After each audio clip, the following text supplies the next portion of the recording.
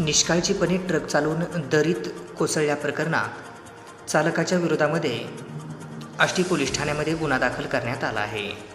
महादेवदरा घाटसांगवी तालुका आष्टी जिल्हा बीड या ठिकाणी दिनांक 3 एप्रिल 2024 रोजी 7 वाजण्याच्या दरम्यान आरोपीने त्याच्या ताब्यातील ट्रक क्रमांक TN 56E0012 ही गाडी भरधाव वेगात हायवेने व निष्काळजीपणे चालवून अंदाजे 100 फूट खोल दरीत पाडून गाडीचे नुकसान करण्यास व स्वतःही जखमी होण्यास कारणीभूत ठरला.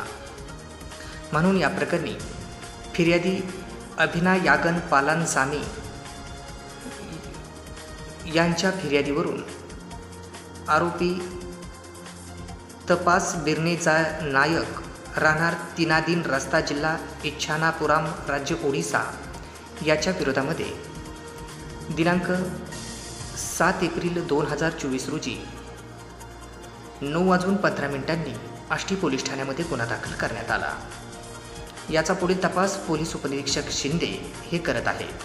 अशी माहिती आज सोमवार दिनांक 8 एप्रिल रोजी दुपारी 2 वाजता माध्यमांना पोलिसांनी माहिती दिली आहे.